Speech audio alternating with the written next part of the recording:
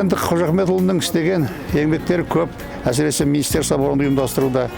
Әр ұлттың әсілдері, латыш па, еврей ме, белорус па, украинец ме, бұл кісіні жақсы біледі. Қазіргі жастар, командирлер сол кісіден үлгі алу керек.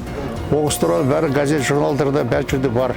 Өмірбайын оқып, танысып, өздеріне қорек қылу керек. Жалпы бүгінгі Сағдат Нұрманбетов атамыздың еске алуға арналған салтанатты іс-шарасының маңызы өте зор.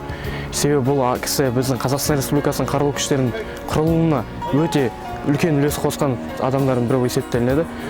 Жалпы бұл кісі 20 ғасырдың ең елеулі және атақты офицер ретінде өз басым солай санаймын.